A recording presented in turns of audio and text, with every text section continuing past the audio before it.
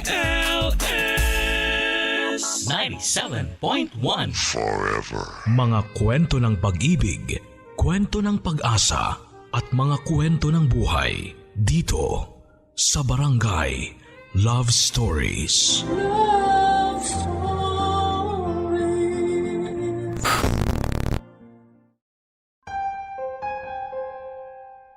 Anumang kabutihan o kasamaan na gawin mo sa kapwa ay pwedeng bumalik sa iyo.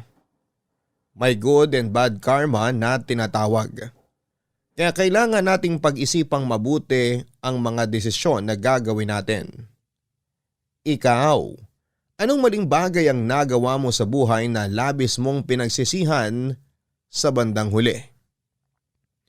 Maraming kayang gawin at isakripisyo ang pag-ibig. Kaya nitong hamakin ang lahat, makuha lamang ang minimithing kagustuhan. Ang iba pa sa atin ay handang gumawa ng mali, maging masaya lamang kasama ang taong mahal niya. Pero huwag nating kakalimutan na bawat mali o kasalanan na ating ginagawa ay may kapalit na kaparusahan. Ang sulat na ating babasahin ay pinadala ng ating kabarangay na si Jenna. Isang babae na umibig pero niloko ng kanyang minamahal. Pero binigyan niya ito ng isa pang pagkakataon sa kabila ng sitwasyon na mali sa mga mata ng tao. Naging pangalawa siya sa buhay ng lalaking minamahal niya. Pinili niyang maging kabit para lamang maging masaya siya kahit na may masaktan pa siya na ibang tao. At nang dahil doon ay isang sumpa ang mabibitawan na kapalit ng kasalanan na kanyang ginawa. Sumpa na hindi lamang sisira ng kanyang mukha kung hindi pati na rin ng kanyang buhay. Gusto mo na bang makilala si Jenna at ang tao na sumumpa sa kanya? Handa ka na bang mainis, maiyak at matakot sa kwento ng buhay niya? Minsan ba ay nagmahal ka na rin sa maling oras at pagkakataon? Nakasakit ka na rin ba ng ibang tao ng dahil lamang sa sarili mong kaligayahan? Handa ka bang ipaglaban ang isang maling pagmamahalan? O bibitaw ka na lamang at gagawa ng tama? Si Jenna kaya anong pinili niyang gawin sa bandang huli? Naging masaya kaya siya sa kabila ng mga maling nagawa niya? Manalaman natin ang sumpang natanggap niya dito sa mga kwento ng pag-ibig, buhay at pag-asa sa nangungunang Barangay Love Stories. Dear Papa Dudut, kapag nagmamahal tayo ng sobra ay nagiging bulag tayo sa kung ano ang mali at tama. Minsan nga ay alam nating mali ay pinagpapatuloy pa rin natin kasi doon tayo masaya. Mahirap naman kasi talagang pigilan ng kung ano man ang sinisigaw ng ating puso. At mas mahirap diktahan ng puso sa kung sino ang dapat nitong mahalin. Kaya mas nanaisin nating maging masaya kahit ang kapalit ay pagkasira ng ibang tao. Magandang araw sa iyo, Papa Dudut. Itago niyo na lamang ako sa pangalang Jenna, 31 years old, taga Mindoro at dating nagtatrabaho sa bangko.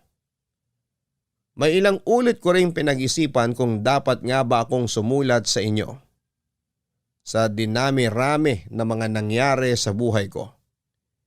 Etong parte pa talaga na isi-share ko ngayon ang naisipan kong isulat.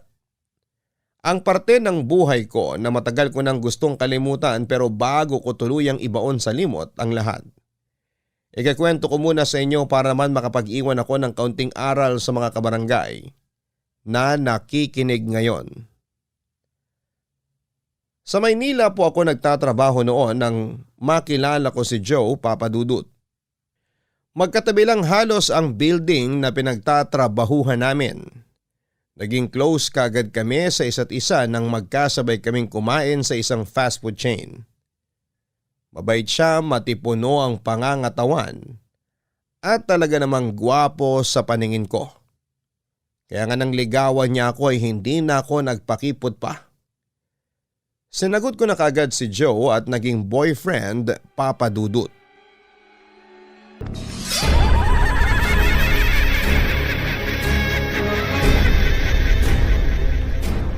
Dadalhin kita sa impyerno, Jenna! Sinusumpa kita sa ngalan ng Diablo!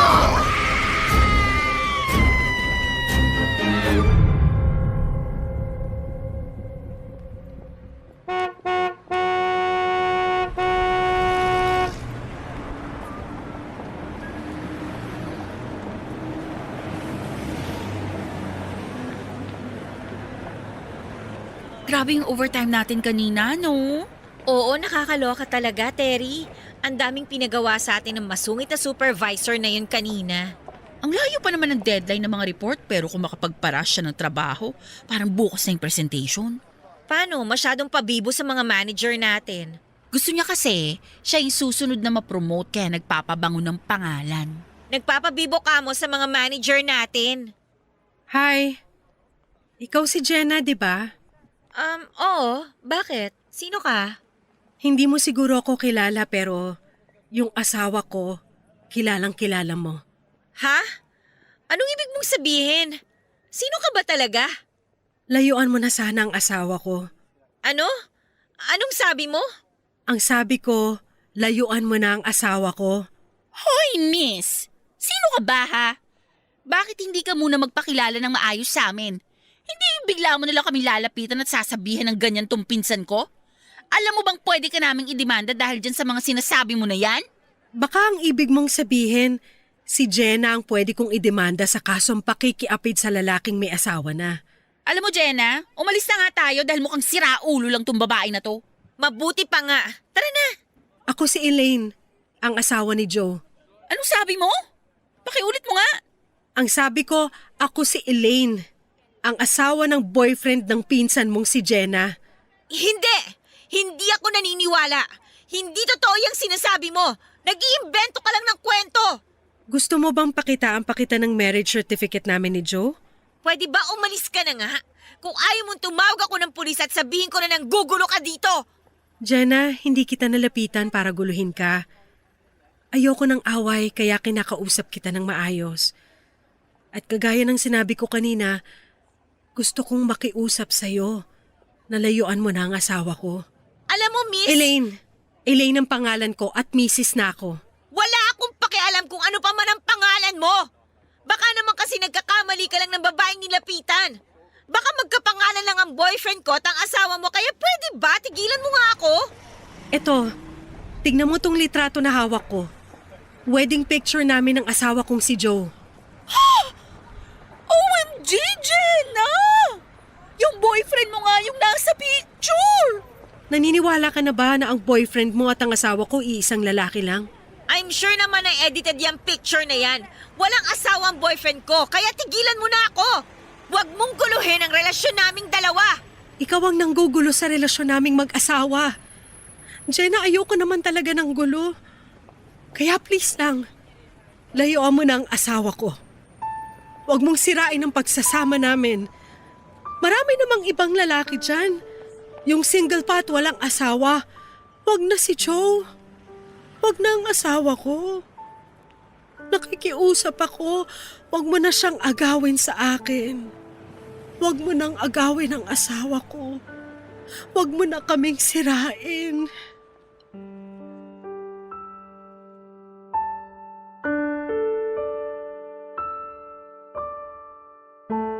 Papadudot, hindi ako makapaniwala noon sa sinasabi sa akin ng babaeng si Elaine na asawa raw siya ng boyfriend kong si Joe.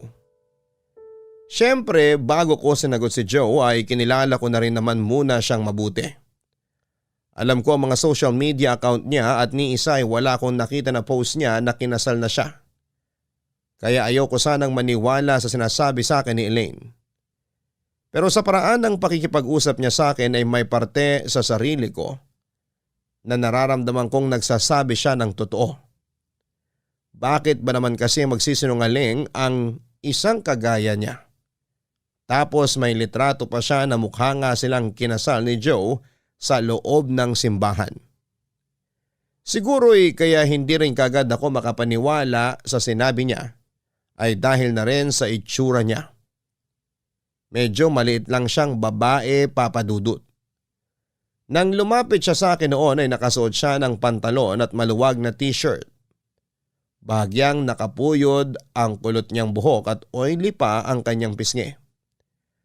Para bang ang layo ng lugar na pinanggalingan niya dahil mukha siyang pagod at puyat. Na hindi niya man lang nagawang maglagay ng powder sa pisngi niya. Napakalayo niya sa itsura ko. Kung mahilig ako mag-makeup at magsuot ng mga usong fitted na dress, si Elaine naman ay mukhang losyang na napag-iwanan na ng panahon. Kaya hindi ko maisip kung paano ba siya papatulan at magiging asawa ni Joe Papadudut. Anong ginagawa mo dito sa apartment namin, Joe? Hindi mo kasi sinasagot ang mga tawag ko, Beb. Pwede ba? Huwag mo nga akong tinatawag na ganyan. Ano ba kasing problema? Bakit hindi ka man lang nagre-reply sa mga text o chat ko mula kahapon? Hindi mo rin sinasagot ang mga tawag ko. Ano pa bang dapat nating pag-usapan? Jenna, hindi ko maintindihan. Bakit ka ba nagkakaganyan? Wala ka talaga naiintindihan sa nangyayari ngayon, ano? Oo, dahil okay naman tayo na magkausap tayo sa tawag kahapon ng umaga. Tapos bigla ka na lang hindi sumasagot sa mga tawag ko kagabi. Naguguluhan ako. Hindi ko alam kung bakit bigla ka na lang nagkakaganyan. Gusto mong maintindihan kung bakit nagkakaganito ko? Oo nga. Kaya nga ako nandito para ayusin kung ano man ang gumugulo sa relasyon natin ngayon. Bakit hindi mo muna ayusin ang relasyon nyo ng asawa mo bago ang relasyon nating dalawa? Ha? Asawa? Subukan mo mag-deny at magsinungaling sa akin, Joe. Kukunin ko talaga yung malaking gunting namin para putulin niyang dila at pagkalalaki mo. Teka, paano mo nalaman ang tungkol kay Elaine? Hinarang lang naman niya kami ni Terry na makalabas na kami ng opisina kagabi at doon niya ako kinausap. Sinabi niya sa akin ang lahat ng tungkol sa inyong dalawa. Walang yaka, Joe! Ginawa mo pa talaga akong kabit mo sa loob ng 3 buwan na relasyon nating dalawa. Jenna, sorry pero makinig ka muna sa akin. Ano pa bang dapat kong marinig mula sa'yo? Alam ko na nga ang lahat eh. Alam ko nang kasal ka at ginawa mo akong kabit mo. Nakita ko pa nga yung wedding picture ninyo ng asawa mo. Kaya wala na akong dapat pang pakinggan na kahit ano mula sa'yo. Oo, kasal ako. Pero hindi naman ibig sabihin nun na hindi na kita mahal. Ay, wow! Dapat pala mag-thank you pa ako kasi minahal mo ko kahit kabit mo lang ako. Kahit kailan naman kasi hindi ko talaga minahal si Elaine. Pwede ba, Joe? Pinakasalan mo ang babae na yun at nagsasama kayo sa iisang bahay hanggang ngayon. Tapos sasabihin mo na kahit kailan hindi mo siya minahal? Iba ka rin naman talaga eh, no? May tama na yata yung ulo mo eh. Dahil yun nga ang totoo. Magkatrabaho kami ni Elaine sa unang kumpanya na pinasukan ko. May isang beses na nagkaroon ng party pagkatapos ng trabaho namin. Nalasing ako, tapos may nangyari sa aming dalawa. Nabuntis ko siya at sinugod ako ng tatay niya sa bahay ko. Pagkatapos tinutukan niya ako ng baril. Tinakot niya ako na kung hindi ko pakakasalan si Elaine, papatayin niya ako. Wala akong nagawa. Pinakasalan ko si Elaine kahit hindi ko talaga siya mahal. At kahit kailan, hindi ko siya magagawang mahalin lalo na mula nung nakilala kita. Pero bakit hindi mo sinabi sa akin nung una pa lang yung tungkol sa kanya? Kapag ba nalaman mo na may asawa na ako, kakausapin mo pa rin ako? Papansinin mo pa rin ako? Mamahalin mo pa rin ba ako? Di ba hindi na? Pero nagsinungaling ka pa rin at ginawa mo akong kabit mo! Hindi mo alam kung gano'ng kasakit sa akin yon! Hindi ko naman talaga ginusto magsinungaling sa'yo. Ang gusto ko lang, mapalapit ako sa'yo. Ang mahalin mo ako. Jenna, sorry kung nasaktan kita o nasasaktan kita hanggang ngayon. Pero maniwala ka sa akin na ikaw lang talaga ang mahal ko. Ikaw lang at wala nang iba. Joe! Ayoko maging kabit! Sino bang may sabi na habang buhay ka magiging pangalawa sa buhay ko? Ikaw nga mahal ko, hindi ba? Siyempre, ikaw yung pipiliin ko na makasama. Hihiwalayan ko si Elaine para sa'yo. Sigurado ka? Gagawin mo yon? Oo! Kasi nga kahit kailan, hindi ko naman talaga siya minahal. Wala rin kaming anak dahil nakunan siya noong ika-4 na buwan ng pagbubuntis niya. Patay na rin ang tatay niya, kaya wala nang pwede pang manakot sa akin ngayon. Jenna, ikaw ang nagbigay ng dahilan para kumawala na ako sa relasyon namin ni Elaine. Kaya please naman ayusin na natin yung sa ating dalawa. Ikaw lang talaga ang mahal ko. Ikaw lang, Jenna.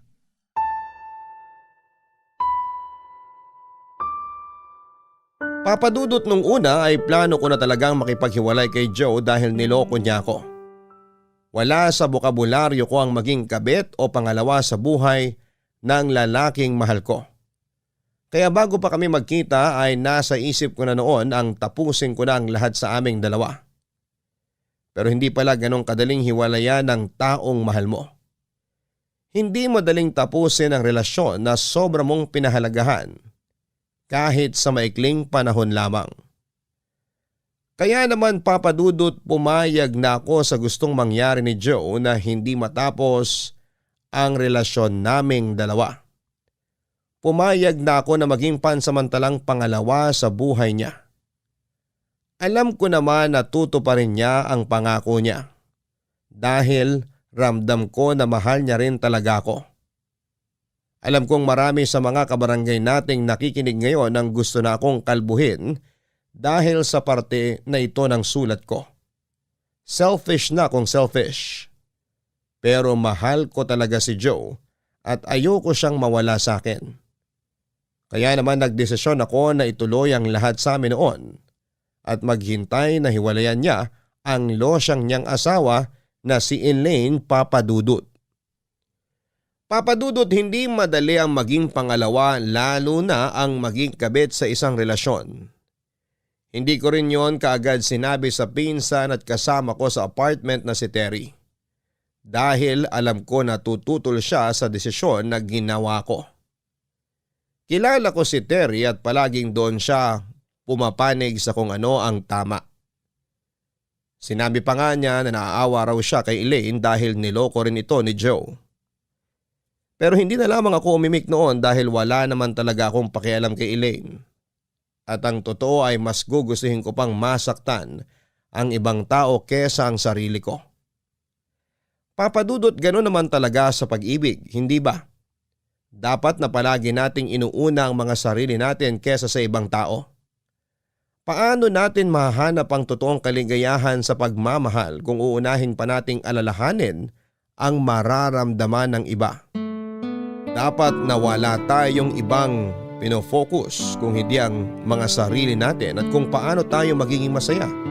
At yun lang ang ginawa ko noon, Papadudut. Ay, sa wakas, Sabado na bukas at pwede na akong magpuyat mamaya sa mga pending na K-dramang papanoorin ko. Ako nga rin ang dami ko nang gustong panoorin pero hindi ko pa masimulan. Sabay na lang tayong manood at magpuyat mamaya pag uwi natin sa apartment. Hindi pwede. Bakit naman? Pupunta raw kasi si Joe mamaya sa apartment. Magdadala raw siya ng pizza pang food trip namin habang nagmo-movie marathon sa laptop ko. Teka nga, tama ba yung narinig ko? Pupunta yung manluloko na lalaking yun sa apartment natin mamaya? Oo. At kailan pa kayo nagkaayos? Nung isang gabi lang iyak ka ng iyak tapos hindi lang ako nakauwi ng apartment kagabi, biglang okay na ulit kayong dalawa? Anyari? Pumayag ka talaga na maging kabit ng lalaking yun? Pansamantala lang naman yun. Anong ibig mong sabihin na pansamantala? Kasal na nga yung lalaking yun, di ba? Hoy, Jenna, baka nakakalimutan mo walang divorce dito sa Pilipinas. Pero may annulment. So umaasa ka talaga na mapapawalang bisa ang kasal nilang dalawa para maging happily ever after ang relasyon yun ng Joe na yon? Sa hiwalayan din naman kasi mapupunta ang relasyon nila ng asawa niya. Kasi nga, hindi naman talaga niya mahal ang Elaine na yun, no? Bakit niya pinakasalan kung hindi naman pala talaga niya mahal? Ay nako, mahabang kwento, Terry. As in. Jenna? Eto na nga ang sinasabi ko Ikaw na naman? Ay nako, Terry, mabuti pa doon na lang tayo sa kabila maghintay ng taxi kasi mukhang walang dadaan sa pwesto na to. Jenna, sandali lang. Mag-usap muna Bitiwan tayo. mo nga ang kamay ko. Wala tayong kahit anong dapat pag-usapan. Ano pa bang gusto mong gawin ko? Ano bang sinasabi mo? At saka pwede ba, huwag kang umiyak-iyak dyan? Jenna, nakipag-usap ako sa'yo ng maayos na hiwalayan mo ang asawa ko pero anong ginawa mo? Bakit bigla na lang niyang sinabi na gusto na niya makipaghiwalay sa akin? Bakit ako ang tinatanong mo? Ako ba si Joe? Bakit hindi siyang tanungin mo? Dahil alam ko naman na ikaw ang dahilan kung bakit sinabi niya na makikipaghiwalay na siya sa akin. Alam mo naman pala Bakit sinasayang mo pa ang oras ko? Jenna, parang awa mo na. Hiwalayan mo na si Joe. Huwag mo nang guluhin ang relasyon naming dalawa. Kay Joe mo sabihin yan dahil siya nagmamakaawa sa akin na huwag ko siyang hiwalayan. Ginawa ko na yun, pero buo na raw ang desisyon niya. Gusto niya nagtapusin ang lahat sa relasyon namin biglang mag-asawa. Jenna, kung gusto mo, luluhod ako dito sa harapan mo para lang layuan mo na ang asawa ko. Pwede ba huwag kang magpaawa dyan dahil wala rin naman akong pakialam? Bakit kasi hindi ka nalang humarap sa salamin para malaman mo kung bakit ka gustong hiwalayan ni Joe? Ano ba? Jenna, tama na. Sumusobra ka na, ha? Totoo naman ang sinasabi ko ah. Sino ba naman kasing lalaki ang magkakagusto sa losyang na to? Kung hindi lang naman niya nilasing si Joe, hindi siya pakakasalan nito. Desperadang babae. Napakasama mo. Napakatigas ng puso mo. Kahit ano pang sabihin mo, ako pa rin ang pinili ni Joe. Dahil hindi hamak na mas maganda naman at sariwa ako kesa sa'yo, no? Jenna, tama na. Huwag mo na siyang pagsalitaan ng ganyan. Sinasabi ko lang kung ano ang totoo para magising na siya sa katotohanan na kahit kailan, hindi naman talaga siya minahal ni Joe. Wala kang kasing sama. Ito ang tandaan mo, hindi kayo magiging masaya ni Joe. Sinusumpa ko. Magiging impyerno ang buhay niyong dalawa, lalo ka na. Sisirain ko ang buhay niyo. Sinusumpa ko na sisirain ko ang buhay mo, Jenna! Jenna, tara na nga. Nakakatakot na siya eh. Bahala ka na nga dyan, losyang. Sinusumpa kita, Jenna! Magiging impyerno ang buhay mo! Susundan kita kahit saan ka pumunta! Susundan ka ng sumpa ko! Ipaparanas ko sa'yo lahat ng sakit na nararanasan ko ngayon! Sinusumpa kita! Sinusumpa kita sa ngalan ng Diablo!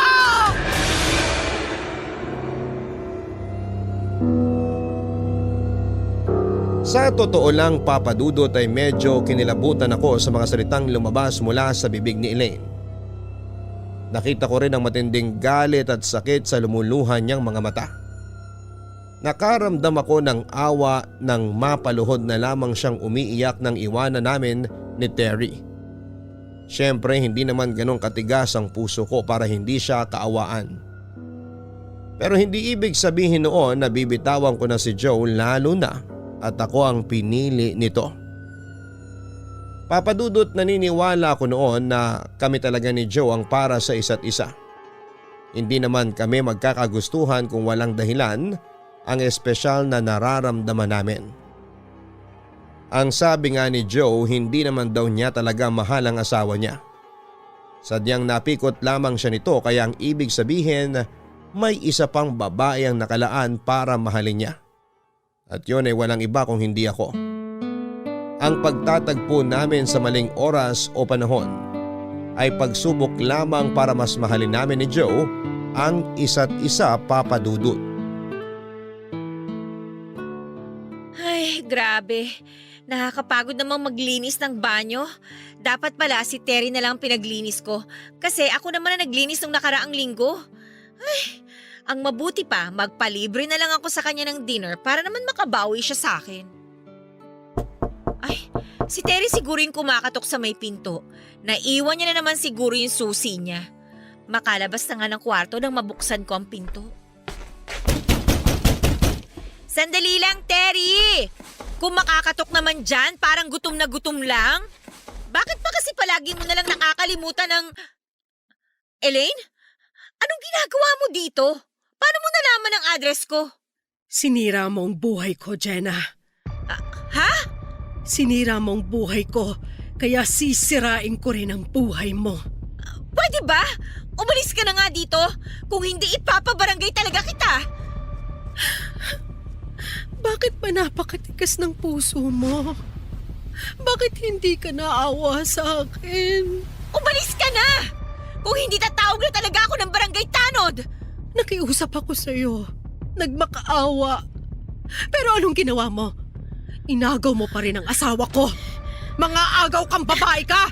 Uy, teka, Elaine! Bakit ka pumapasok? Ano ba? Sinasabi ko sa'yo, ipapabarangay talaga kita! Umalis ka na dito! Lumabas ka na! Ikaw ang sumira ng buhay ko, Jenna. Sinira mo ang pagsasama namin ni Joe. Inagaw mo sa akin ang asawa ko. Kaya gagawin ko ang lahat para masira rin ang buhay mo! Sinabi ko na sa'yo na si Joe ang lapit sa akin. Kaya siya dapat ang inaaway mo at hindi ako. Sinusumpa ko na magbabayad ka. Sisirain ko rin ang buhay mo. Sisirain ko ang mukha mo para hindi ka na magustuhan ng asawa ko. Ano ba, Elaine? Bitawan mo yung kutsilyo na yan! Papatayin kita, Jenna! Papatayin kita para magsama na tayo sa impyerno! Wala akong kasalanan sa'yo! Kaya wag mo akong ganituhin! Bitawan mo ang kutsilyo na to!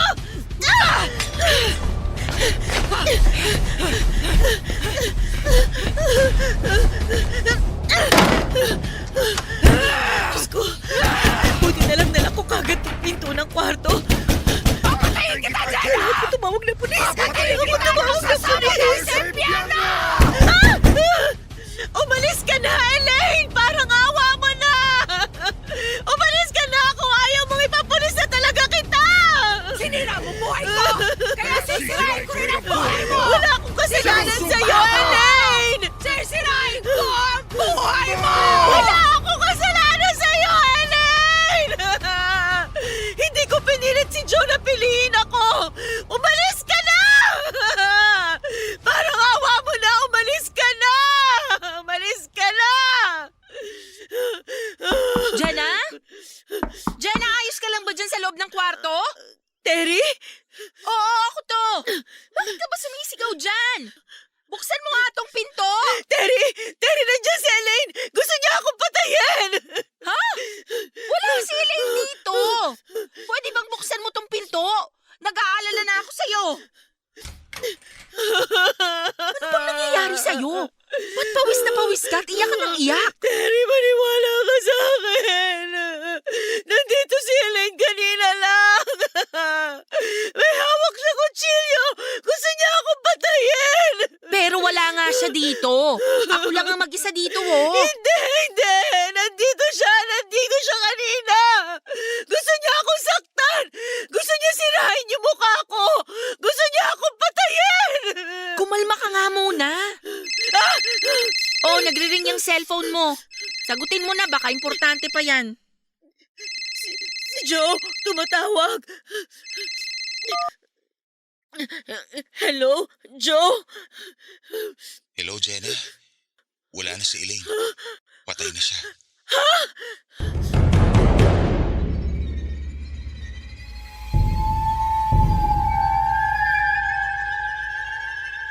Papadudot hindi ako makapaniwala nang marinig ko ang sinabi ni Joe tungkol sa asawa niyang si Elaine.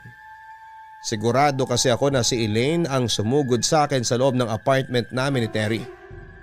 Magulo ang kanyang buhok, pawisan ang mukha niya at may hawak siyang kutsilyo na gusto niyang isaksak sa akin. Buhay na buhay siya ng mga oras na yon. Pero nang libutin namin ni Terry ang buong apartment ay wala kaming Elaine na nakita. Pati ang kutsilyo na umagi sa kung saan ay hindi namin natagpuan.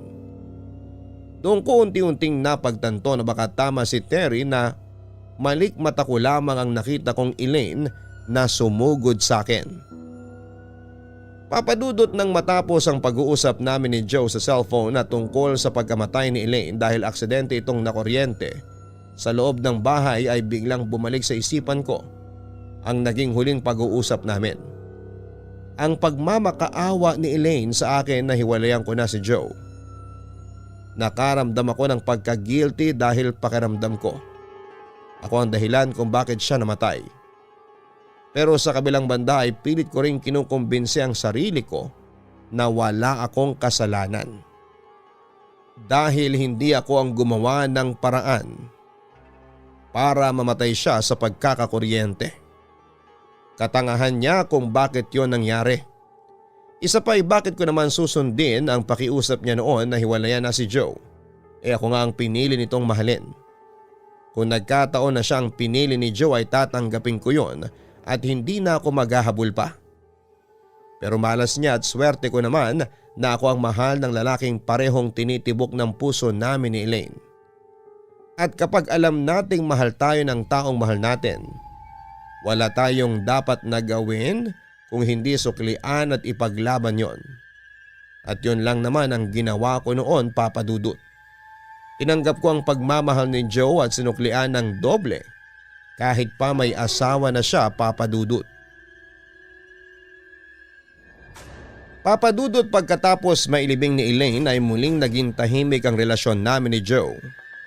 Hindi ako pumunta sa burol o libing pero sinabi ni Joe na halos walang pumuntang kamag-anak si Elaine para makiramay. Patay na rin kasi ang tatay nito at wala nang ibang kilala pa si Joe na kamag-anak ng asawa niya. Kaya nga 2 araw lang ang naging burol at pagkatapos ay libing na kaagad.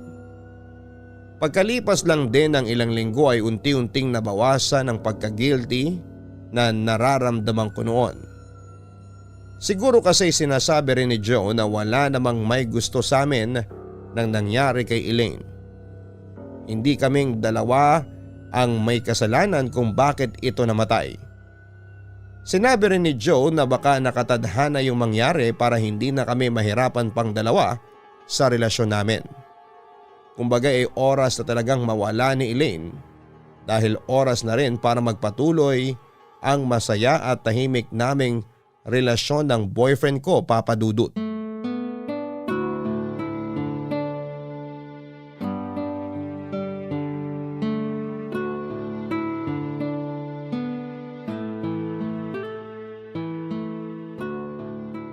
Tapos ka na ba mag-impake ng mga gamit mo, Beb? Hindi pa, pero malapit na ako matapos dito. Anong oras mo pala ako susunduin? Siguro bago mag-alas 8, nandyan na ako sa apartment nyo. Okay, magdala ka na rin ng pagkain kasi pauwi na si Terry. Dito na tayo mag-dinner bago tayo umalis mamaya. May gusto ko bang ipabili sa akin? Wala naman, Beb. Ikaw nang bahala. Okay, sige. Baba ko muna tong tawag. I love you. I love you too, Beb. Bye. Ay, kabayo! Ano ba yun? Nakauwi na ba si Terry at may bumabagsak na gamit sa kusina? Makalabas na nga muna ng kwarto.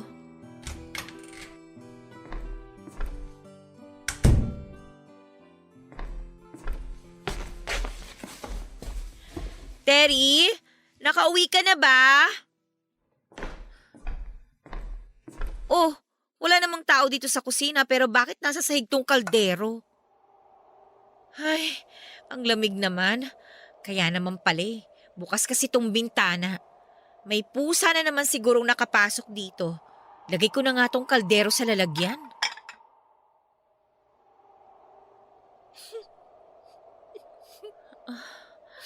Sino yung umiiyak? Sa labas ba ng bahay yun ang gagaling? Bakit ba ang lamig? Hindi naman ganun kalakas ang hangin na pumapasok sa bintana Ni hindi nga gumagalaw yung kurtina namin. Teka, bakit parang dito sa loob ng bahay nang gagaling yung iyak na yun? Parang sa loob ng banyo.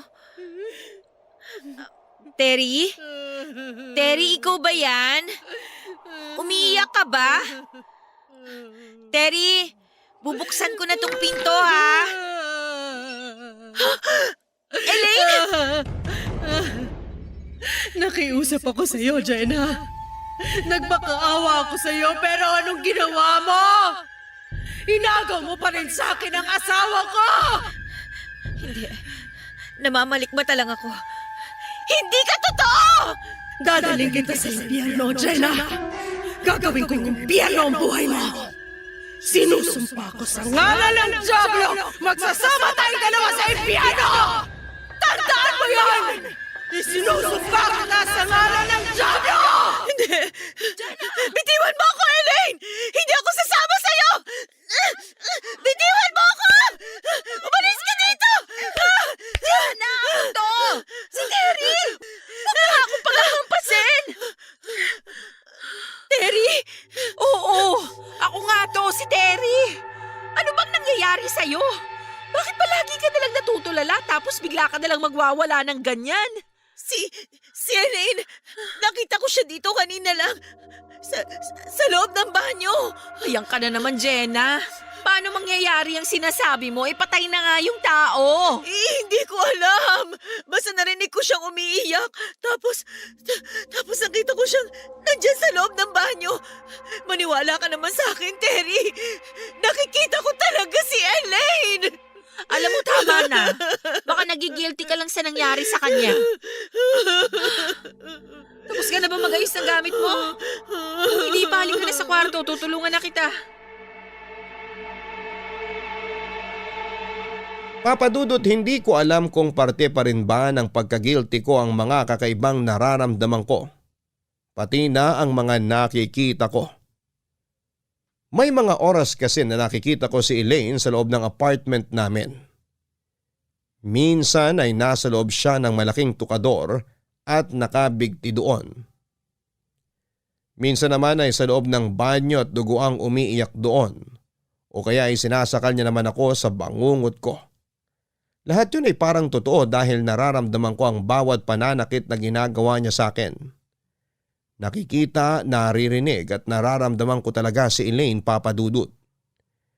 Hindi naman ako matatakoting tao. Hindi rin naman ako mahilig manood ng mga nakakatakot na pelikula o magbasa ng mga katatakutan.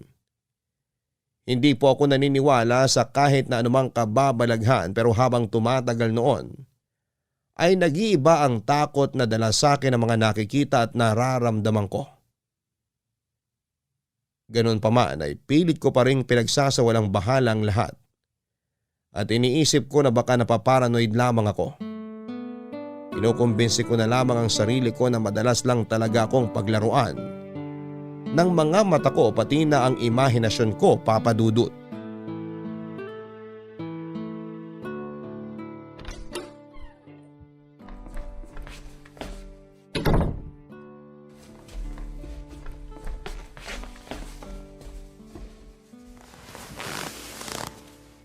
Beb, ang laki rin pala nitong bahay mo, no? Sakto lang. Pero yan din ang sinasabi ng mga kaopisina ko kapag dinadala ko sila dito para mag-inuman kami. Sa'yo na talaga tong bahay na to? Oo, regalo kasi ito ng tatay ni Elaine nung araw na kinasal kami. Ibig sabihin, kay Elaine ang bahay na to? Ha? Hindi no, bahay ko na to. Bahay nating dalawa, Beb. Sa bagay, patay na si Elaine kaya bahay mo na nga to. Pero matanong ko lang, paano kapag nagpakasal na tayo at magkakaroon na tayo ng anak, dito pa rin ba tayo titira? Sana. Bakit? Ayaw mo ba? Okay naman ang bahay na to. Sabi mo nga malaki, di ba? Oo nga, pero kasi puno to ng mga alaala nyo ni Elaine eh. Mga dating alaala. Dahil mula sa gabi na to, mga bagong alaala nating dalawa ang pupuno sa bahay na to. Tama ka, Beb. Oh, di ba? Maupo ka na muna dyan sa sofa. Gagawa lang ako ng tsaa para sa ating dalawa. Okay, sige.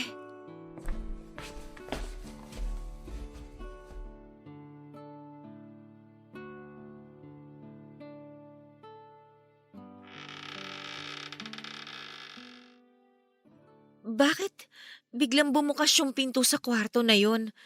May ibang tao ba dito sa bahay na to? Beb? May kasama ka ba dito sa bahay? Wala, Beb. Tayong dalawa lang nandito sa bahay. Ganun ba? Okay, sige. Bigla kasing bumukas yung pinto dun sa kwarto. Isasara ko na lang, ha?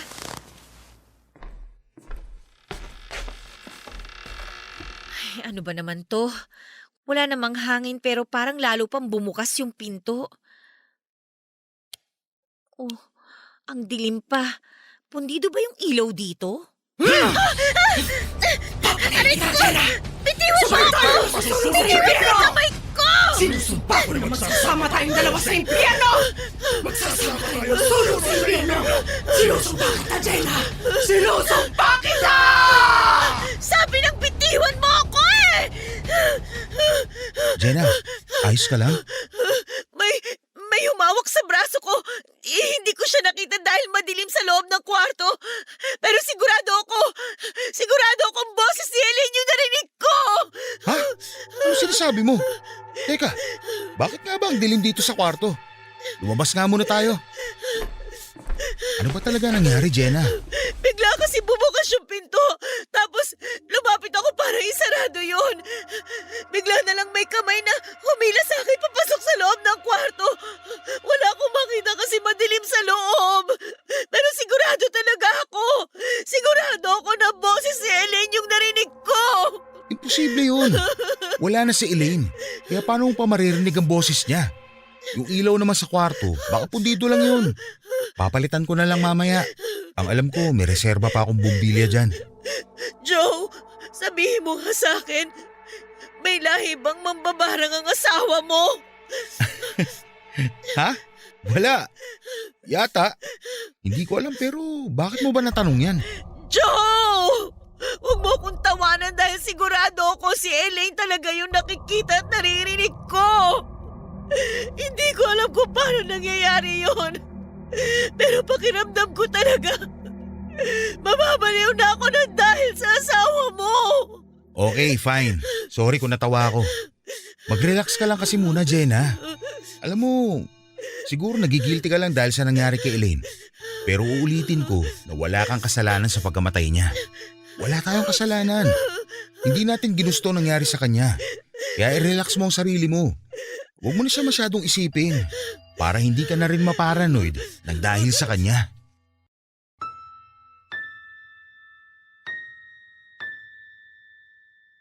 Papadudot 1 buwan pa lamang ang nakakalipas. Mula nang mailibing si Elaine, nangyayain ako ni Joe na magsama na kami sa bahay niya. Hindi ko na yon pinag-isipan ng matagal at kaagad akong pumayag. Gusto ko rin kasi siyang mas makilala pa kaya naman hindi na ako tumanggi pa. Sabi nga nila di ba magagawa mo yon kapag nagsama na kayo sa iisang bubong.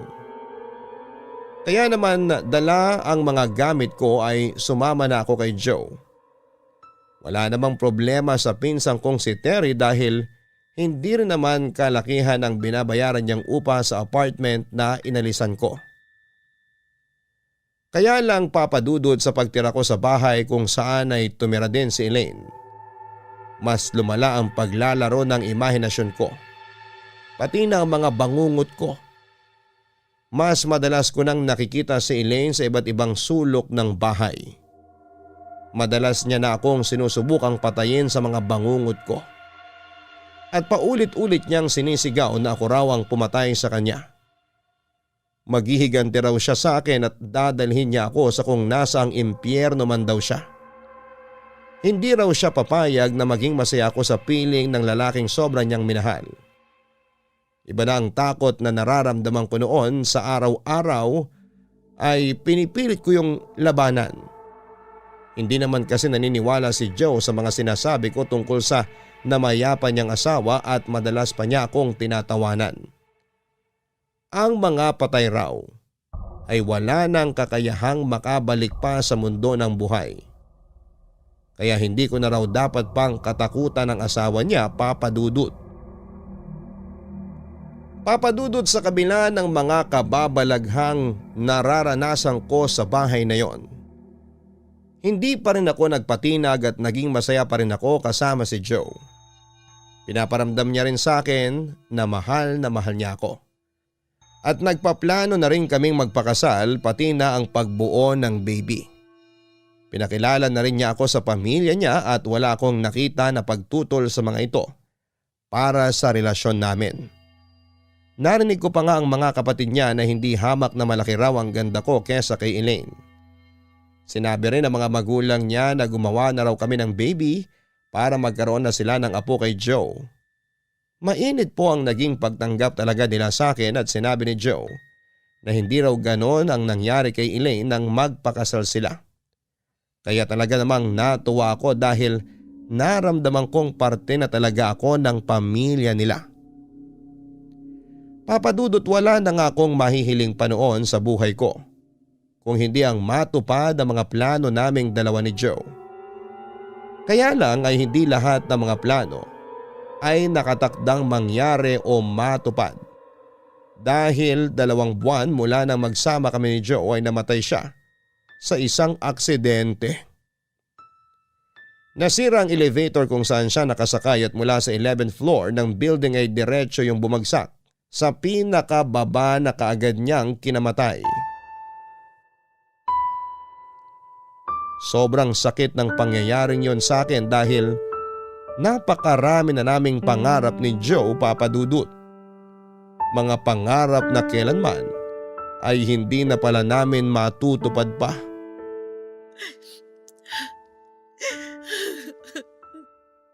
Sobrang miss na kita, Joe.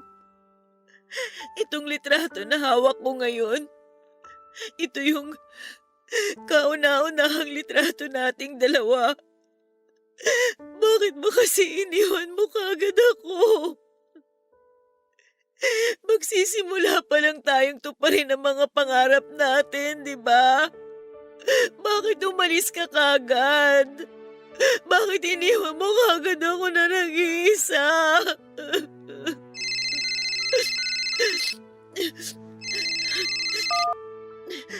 Hello, Terry? Jenna? Umiiyak ka na naman ba? Hindi, ano lang. Sinisipon lang ako. Ay, huwag ka na magsinungaling sa akin. Alam ko naman na umiiyak ka na naman. Ayos lang ako, huwag ka mag-alala.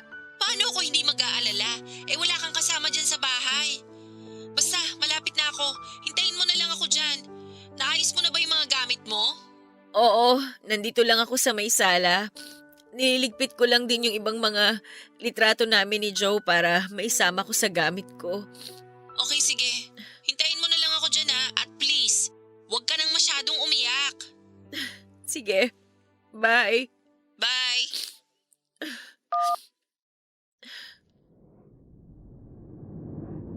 Mararanasan mo ang impyerno.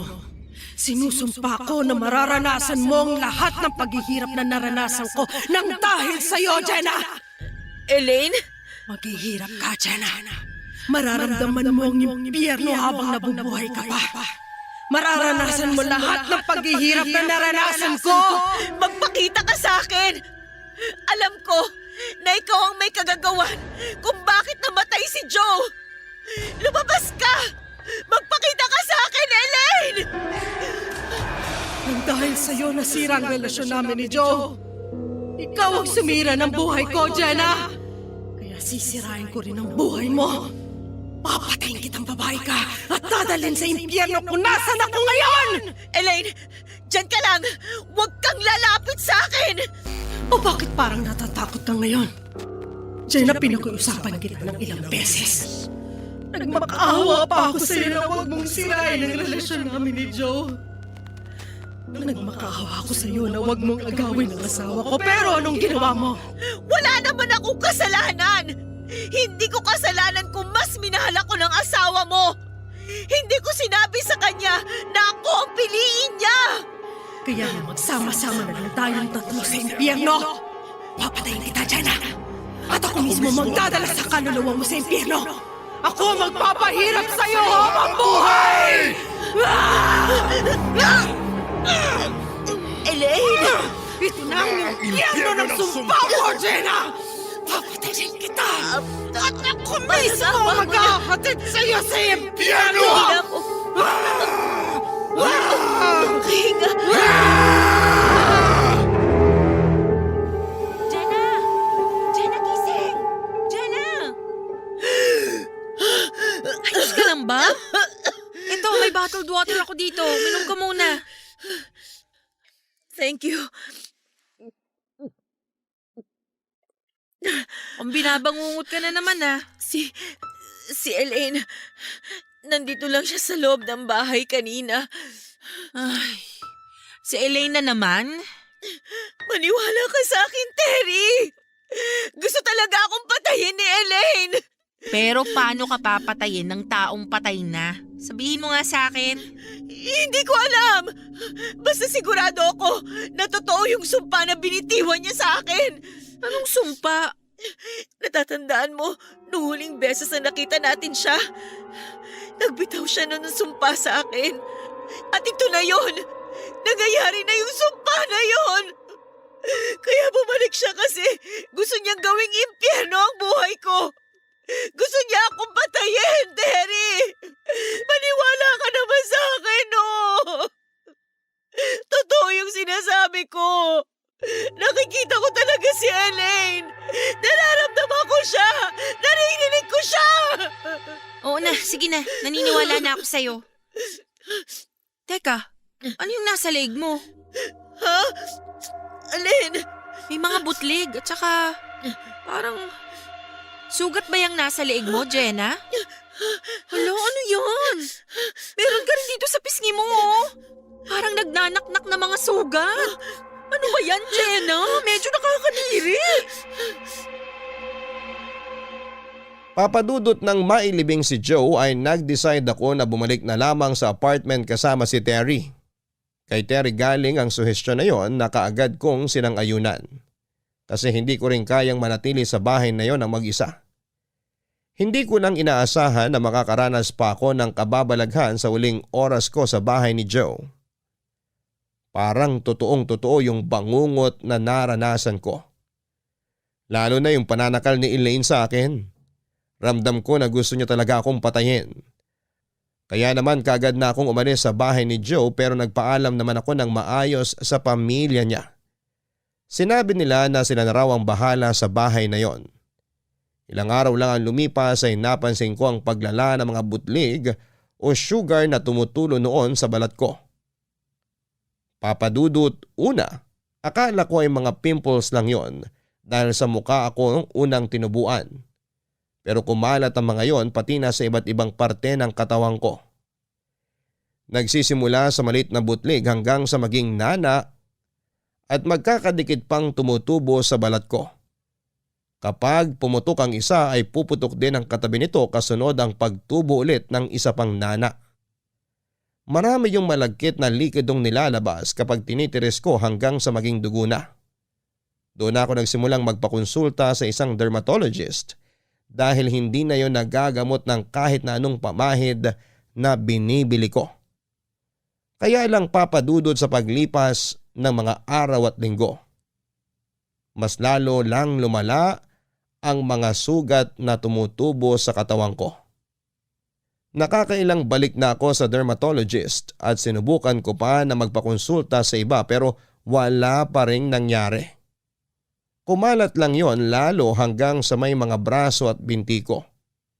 Hindi na ako nakapagsusuot ng miniskirt o kaya ay sleeveless dahil kita ang mga sugat na yon sa balat ko.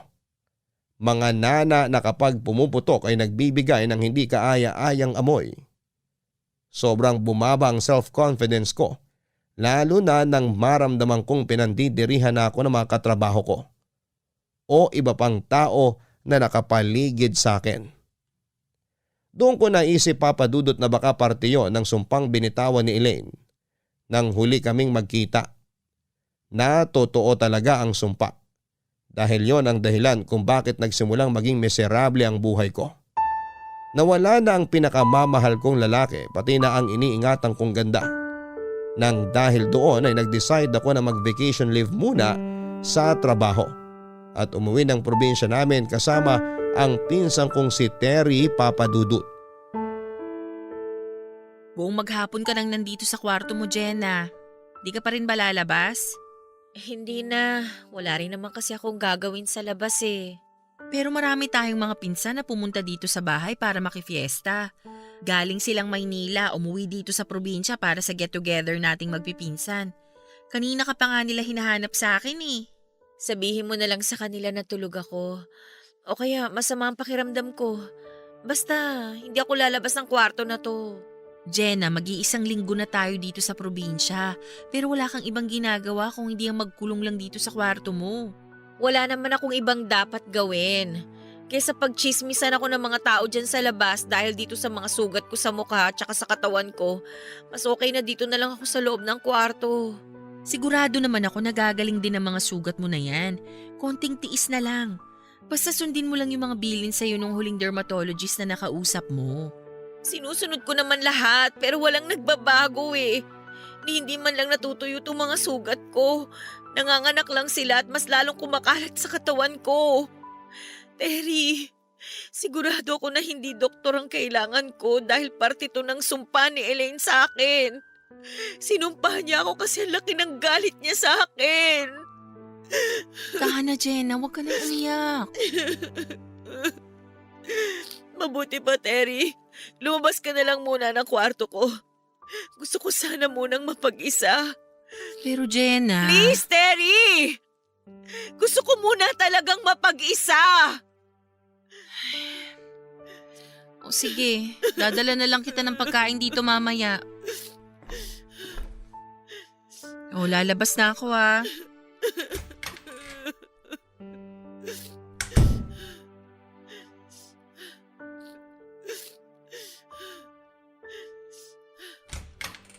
Terry, ano ba? Sinabi ko naman sa'yo na gusto ko mapag-isa, di ba? Bakit ba ang kulit mo? Jenna, ako to. Tita Rona, kayo po pala yan.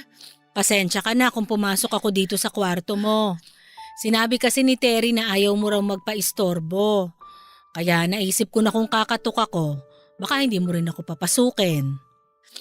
Ayos lang po. Okay lang ba kung lumapit ako sa'yo? Kayo pong bahala.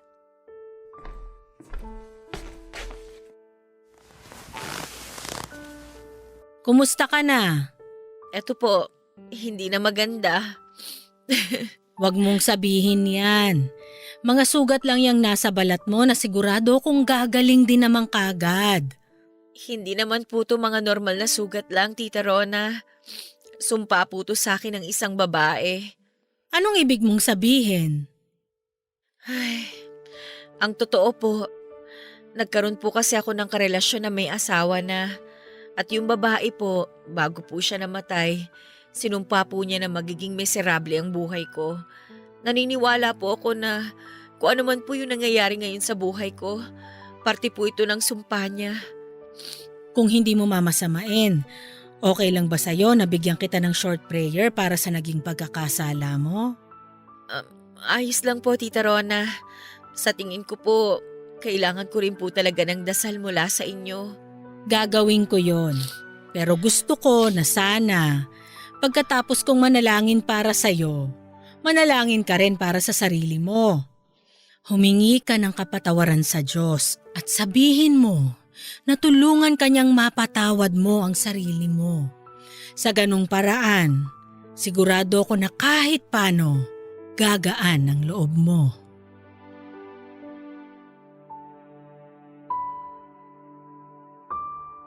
Papadudot mahigpit akong niyakap ni Tita Rona, kasunod ang pagbulog niya ng isang panalangin.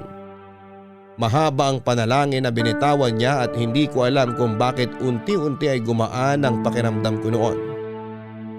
Bumabalik din sa isipan ko ang mga pagkakamaling nagawa ko. Mula sa mga kaibigan ko, pamilya hanggang sa pati na sa asawa ng namatay kong partner. Lalo akong napaluha dahil napakarami at napakalaki na pala ng mga naging kasalanan ko. Habang nagdarasal si Tita Rona, ay nagsimula rin ako ng sarili kong panalangin. Humingi ako ng kapatawaran sa Poong May Kapal sa lahat ng mga naging pagkakasala ko, lalo na sa pagiging kabit ko sa isang relasyon.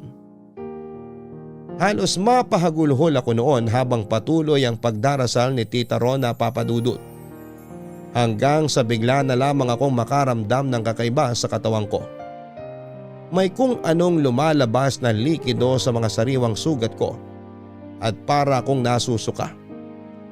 Ilang saglit lang ay bigla na lamang na may lumabas sa bibig ko na parang tennis ball na gawa sa buhok na hindi ko alam kung paano nagkasya sa bibig ko. Kung ano-ano pa ang isinuka ko. Tubig, malagkit na kanin, mga buhok at kasunod noon ang muling paggaan ng pakiramdam ko. Yun ang kauna-unahang pagkakataon na nakaramdam ako ng ganon kagaan mula nang magkaroon ako ng sakit sa balat, Papadudot. Hindi ko na rin napigilan pa ang sarili ko na mas lalong maiyak. Yun yata ang unang pagkakataon na pinagdasal ko ang mga kasalanan ko. Yun ang unang beses na pinagsisihan ko ang mga maling nagawa ko sa buhay. Kaya rin siguro gumaan ang pakiramdam ko dahil ni minsan hindi ko yon sinubukan na gawin noon. Puro sarili at pagpapasarap lang ang ginagawa ko. Ni hindi ko inisip na naging makasalanan ako at dahil doon ay nakasakit ako ng mga tao. Papadudot, pagkatapos ng araw na yon ay unti-unting natuyo ang mga sugat sa mukha at katawan ko. Kahit na wala na akong kahit na anong gamot na ininom o pinapahid. Doon sinabi ng pastorang si Tita Rona na pwedeng sumailalim raw talaga ako sa isang masamang sumpa na dulot ng matinding galit sa akin ng isang tao. Sinabi rin ni Tita Rona na wala naman daw talaga siyang kahit na anong espesyal na kapangyarihan para gamutin ako noon. Pero nang nalaman niya ang tungkol sa naging relasyon namin ni Joe ay naisip niya na bigyan ako ng dasal para sa mga naging pagkakasala ko. Pinasabay niya na rin ako sa pagdarasal dahil alam niya na ako yung tipo ng tao na hindi mahiling magdasal o magsimba. Gusto niya na maramdaman ko ang pagsisisi sa mga kasalanang nagawa ko sa buhay ko. At yon ang pinakatamang nagawa ko sa buhay ko, Papa Dudut. Ang magdasal ng taimtim sa loob ko at magsisi ng tunay sa mga naging pagkakasala ko. Akala ko kasi sapat na yung pagdarasal na binibigkas lamang ng bibig ang mga salita ng Diyos. Pero hindi pa pala, dahil ang pagdarasal ay dapat na ginagawa ng tao sa puso at may senseridad. Mas pakikinggan tayo ng Poong May Kapal kapag nararamdaman niya ang pagdarasal na ginagawa natin ay may halong pagmamahal at pagsisisi. Nagdesisyon din ako na mag-alay ng misa at padasal kina Joe at Elaine. Pinagdasal ko na sana ay parehong matahimik ang kanilang kaluluwa, lalo na si Elaine. Sa ngayon, Papa Dudut, ay may 7 taon na ang nakalipas mula na mangyari ang lahat ng ito sa buhay ko. Tuluyan nang nawala ang mga sugat sa katawan ko pero nag-iwan yon ng malalalim na peklat. Peklat na palaging nagpapaalala sa akin ng malaking kasalanan na nagawa ko sa buhay ko. Kasalanan na nagawa ko na ring pagsisihan dahil sa pagbibigay nito ng malaking aral sa akin. Maraming salamat po sakaling mabasa at mapili po ninyo ang sulat ko na ito na dito ko na tinatapos. Ang inyong forever kapuso at kabarangay, Jenna. Maraming salamat, Jenna, sa pagsulat mo dito sa ating programa na Barangay Love Stories. May mga pagkakamali talaga tayong nagagawa minsan na mahirap itama dahil gusto natin ang ginagawa natin. Kumbaga kahit na alam nating mali ay pinagpapatuloy natin dahil yon ang nagpapasaya sa atin. Kahit alam nating may iba tayong nasasaktan ay patuloy lamang tayong nagpapakasaya. Pero lahat ng maling bagay ay palaging may kaparusahan. Lalo na kung nagdudulot yon ng matinding kirot at galit sa ibang tao. Mabuti na lang at hindi pa nahuli ang lahat para pagsisihan mo ang iyong mga naging kasalanan. Palagi mo sanang tatandaan na kahit gaano kasarap ang isang pagkakamali, hindi kailanman ito magiging tama sa paningin ng tao, ng batas at ng Diyos. Hanggang sa muli, ako po ang inyong si Papa Dudut sa mga kwento ng pag-ibig, buhay at pag-asa sa Barangay Love Stories number 1. Mga kwento ng pag-ibig, kwento ng pag-asa at mga kwento ng buhay dito sa Barangay Love Stories. Love Stories. Nagustuhan ng iyong napakinggan? Ituloy yan via live stream sa www.gmanetwork.com/radio. Kabarangay, i-share mo ang iyong Barangay Love Stories. Sabay-sabay nating pakinggan ang iyong kwento ng pag-ibig, buhay at pag-asa. Ipadala lang sa barangaylovestories@yahoo.com.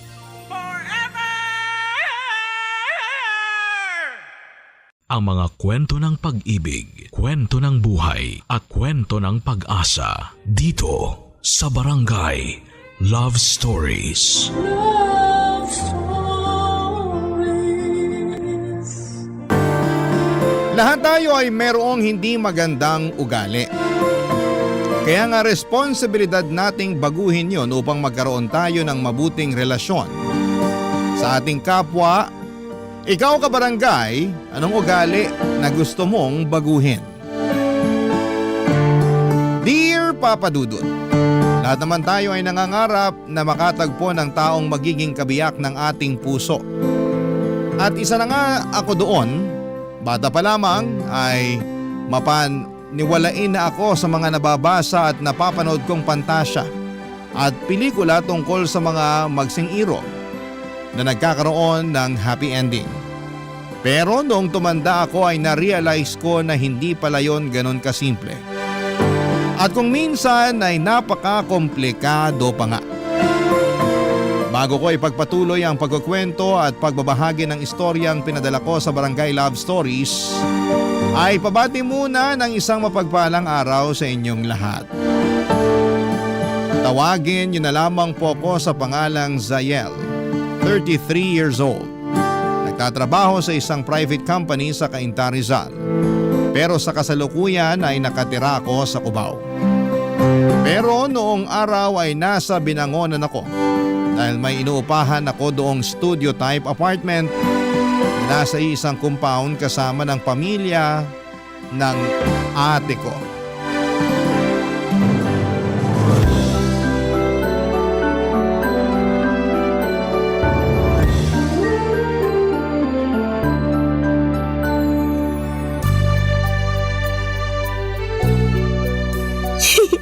Ayun na nga ate, nagugustuhan ko na siya.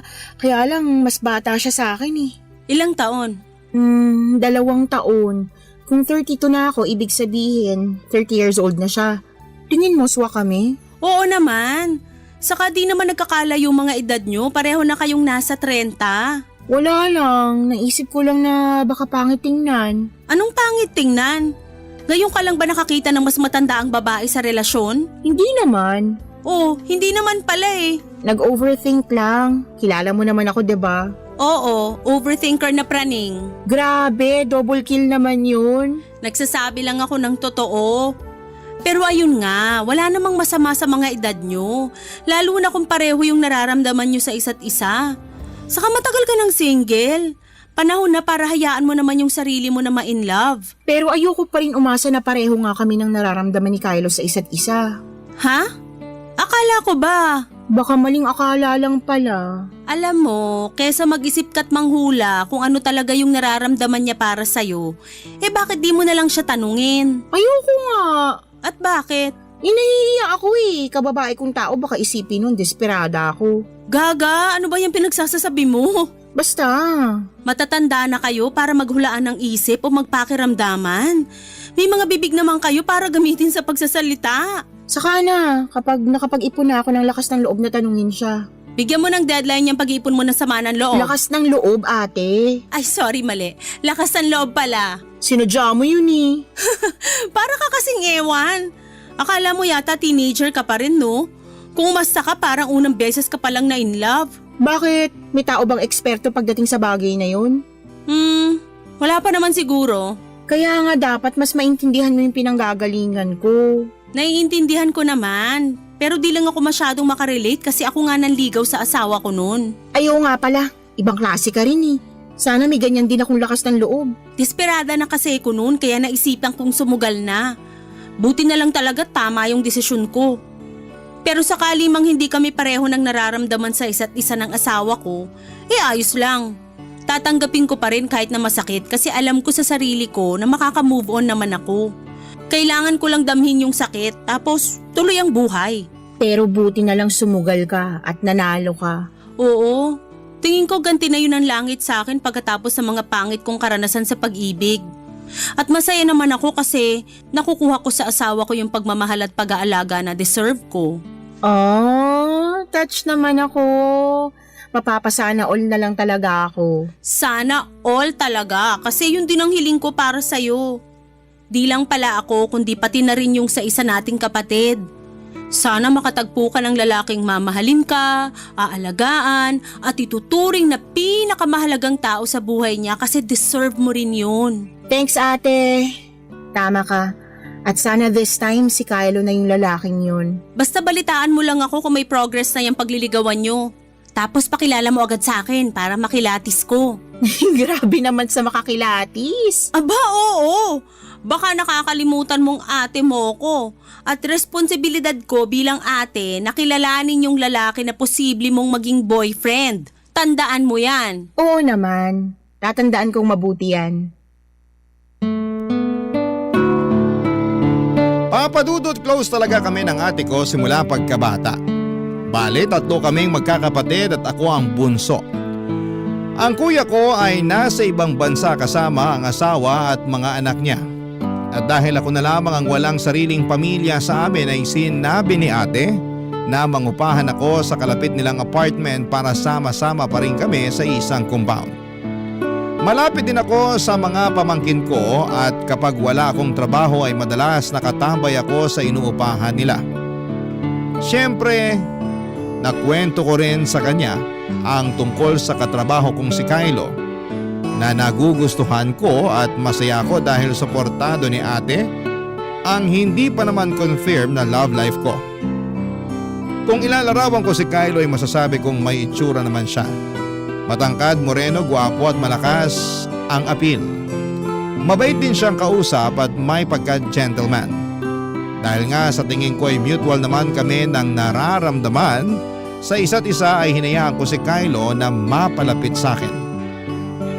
Hindi nagtagal, nagkaaminan kami ng feelings at niligawan niya ako na umabot ng 2 buwan, papadudot.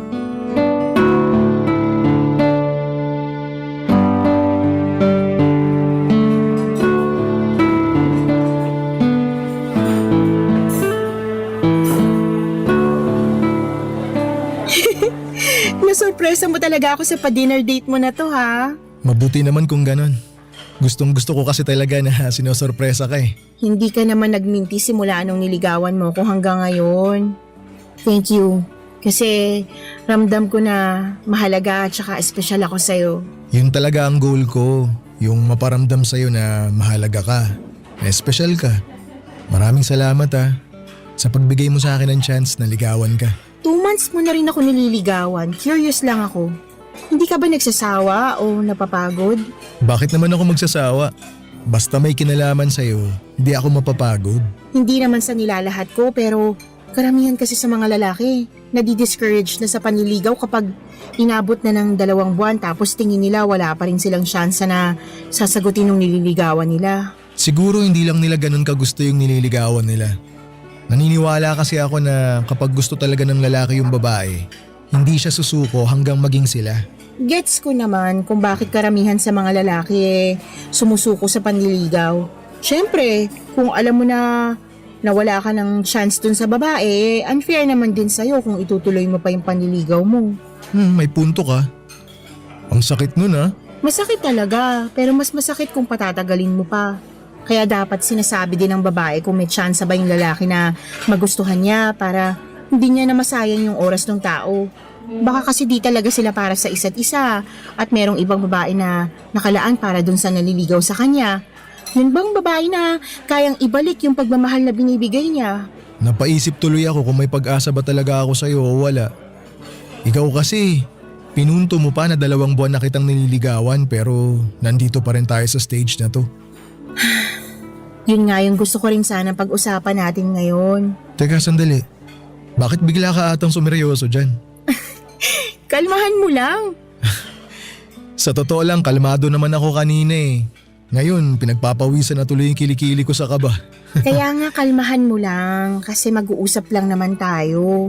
Kung sasabihin mo na tumigil na ako sa panliligaw sa'yo kasi wala akong pag-asa, problema yan. Bakit naman? Hindi pa kasi ako handa na marinig yan eh. Yun talaga yung dahilan kung bakit ako sobrang kinakabahan. Uy, wag ka namang ganyan. Nabigla ako. Hindi ko lang napaghandaan na dito mauuwi yung date natin ngayon. Sorry, pero I think dapat mo na rin kasing malaman yung feelings ko. Okay. Pero bago mo sabihin lahat ng mga gusto mong sabihin, pwede bang ako muna magsalita? Pwede naman. Kung talagang hindi tayo para sa isa't isa, gusto ko lang malaman mo na naging mahalagang parte ka ng buhay ko. At kahit kailan, hindi ko pagsisisihan na niligawan kita. Sinabi ko sa sarili ko na sigurado na ako sa nararamdaman ko para sa'yo eh. Lalo ngayon na hindi na lang kita basta gusto. Sa loob ng 2 buwan, mas lumalim pa to. Pwedeng hindi ka maniwala, pwede ka rin mabigla. Zayel, mahal na kita. Pero huwag ka mag-alala. kung hanggang dito lang talaga tayo, handa ako na tanggapin yun. Irerespeto ko yung magiging desisyon mo. Basta masaya na ako na mahal kita. Kahit di mo na yung suklian pa. Thank you, Kylo. Oh, umiiyak ka ba? Oo, kasi natouch ako sa sinabi mo. Huwag ka nang umiyak. Sinusubukan ko pero kilala mo naman ako mababaw ang luha eh. Pigilan mo na yung pag-iyak mo. Sulitin na lang natin tong araw na to. Oo, yan din naman ang gusto ko. Yung masulit natin yung araw na to hindi bilang nililigawan mo at manliligaw ko kasi tayo na. Ha?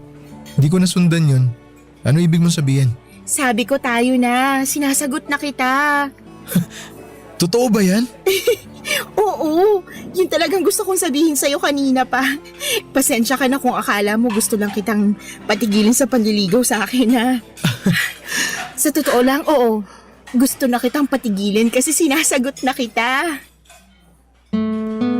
Papa Dudut, hindi si Kylo ang first boyfriend ko pero siya na lang ulit makalipas ang ilang taon na pagiging single ko. Kaya nga noong binalita ko kay ate na kami na ay sobrang saya niya. Masaya rin ang kuya ko na nasa abroad dahil matagal na rin niya akong hinahanapan ng makakarelasyon. Nirereto pa nga niya ako sa ilan niyang kakilalang afam pero ako lang yung may ayaw. Sa Pinoy pa rin talaga ang puso ko at sa pagkakataong yon ay nakay Kylo na nga. Walang araw na lumipas na hindi kami naging masaya ni Kylo. At kahit na nga nasa 30s na kami ay pakiramdam namin ay bumalik kami sa aming early 20s. Sabagay wala namang edad kapag na-in-love ka. At hindi naman yon naging issue sa amin ni Kylo. Basta masaya kami ng mga panahong yon sa piling ng isa't isa. At laking pasasalamat ko sa Diyos dahil dininig niya ang panalangin kong matagpuan na ang lalaking magiging kabiyak ng aking puso, Papa Dudut. Barangay Love Stories. Barangay Love Stories. Papa Dudut, dalawa na ang nakarelasyon ko noon bago si Kylo at parehong hindi rin naman nagtagal. Yung una ay 6 na buwan lang at yung pangalawa ay 1 taon at kalahati. Kaya nga hindi niyo ako masisisi kung bahagya akong natroma sa pag-ibig. Pero gusto ko pa rin namang makakilala ng lalaking mamahalin ko at kung loloobin ay siya na ring makakasama ko sa panghabang buhay. Kaya nga masaya at nagagalak ang puso ko nang dumating sa piling ko si Kylo. Fast forward, naging masaya ang unang 2 buwan namin bilang magkasintahan. At kahit na hindi pa nga kami nagtatagal ay naisip ko na siya na ang lalaking gusto kong makasama bilang aking asawa at tatay ng mga anak namin. Hindi ko alam, Papa Dudut, pareho pala kami nang iniisip at nakumpirma ko lamang yon noong niyaya ako ni Kylo na makipag-live-in na sa kanya. Pero alanganin pa rin ako dahil hindi ko pa naman nasubukan ang bagay na yon. Buti na lamang to the rescue sa akin si ate para magbigay ng advice.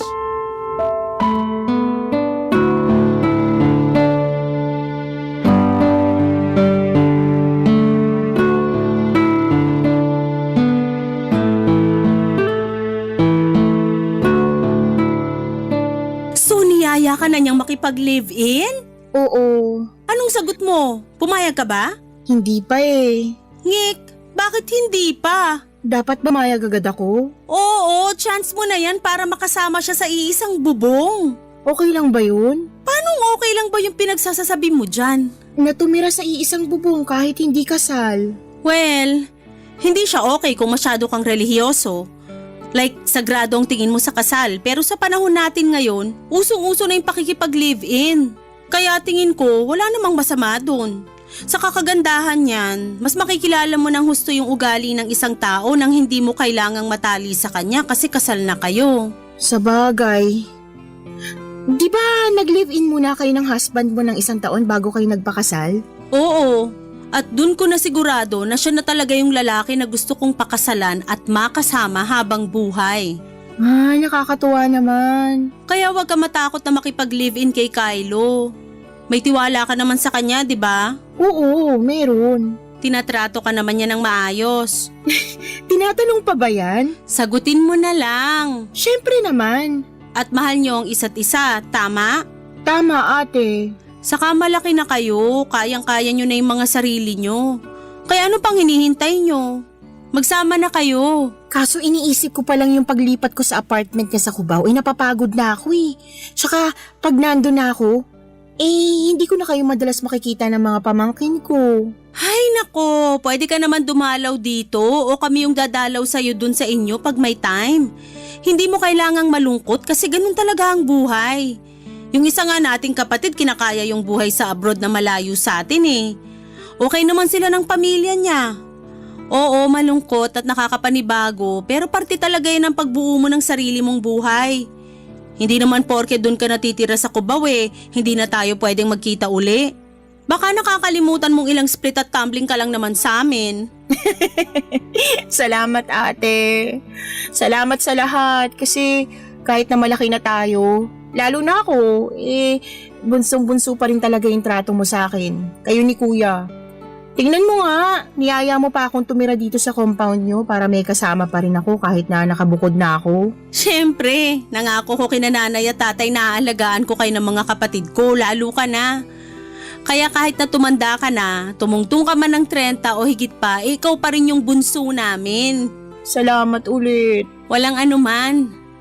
So ano, nakapag-decide ka na ba na makikipag-live-in ka na kay Kylo? Oo. Gusto ko rin naman subukan. Tsaka para matuto din ako sa buhay na may kinakasama. Okay yan. Basta huwag kang matakot. Kung kailangan mo ng payo, alam mo na kung sino ang taong pwede mong lapitan. Sige ate, salamat sa assurance. Malaking bagay yun sa akin. Alam mo na, medyo naduduwag din talaga tong kapatid mo. Ayos lang yan. Wala namang tao na pinanganak na matapang na agad. Saka normal na maramdaman mo yan kasi hindi ka pamilyar sa pakiramdam.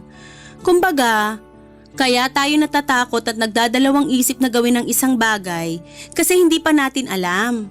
Lahat naman tayo nagsisimula na walang alam hanggang unti-unti na nating matutunan. Iba ka talaga mag-advise on point. Dati ka bang advisor sa past life mo? Hindi. Pero marami na akong karanasan na pwede kong i-share sa'yo kaya nakakapagpayo na ako. Pero syempre, karamihan sa mga karanasang yun, hindi ko natutunan sa madaling paraan. Papadudot malaki ang naitulong na mga payo ni ate upang maging bukas ang isipan ko tungkol sa pakikipag-live-in.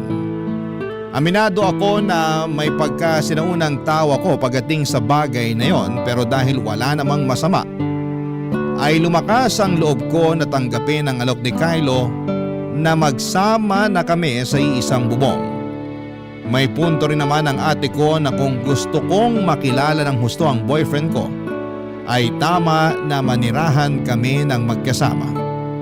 Hindi nagtagal ay umalis ako sa apartment na inuupahan ko para makisama kay Kylo sa nirerentahan niya sa Cubao.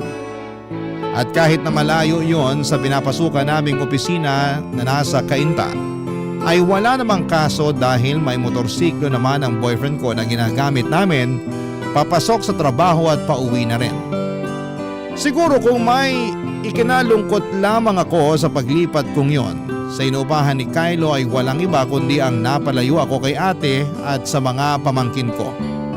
Pero paminsan-minsan ay bumibisita pa rin ako sa kanila sa Binangonan, Rizal. Mabilis na lumipas ang 2 buwan at sa pagpapatuloy ng pagsasama namin ni Kylo ay may ilang bagay akong natuklasan sa kanya, Papa Dudut.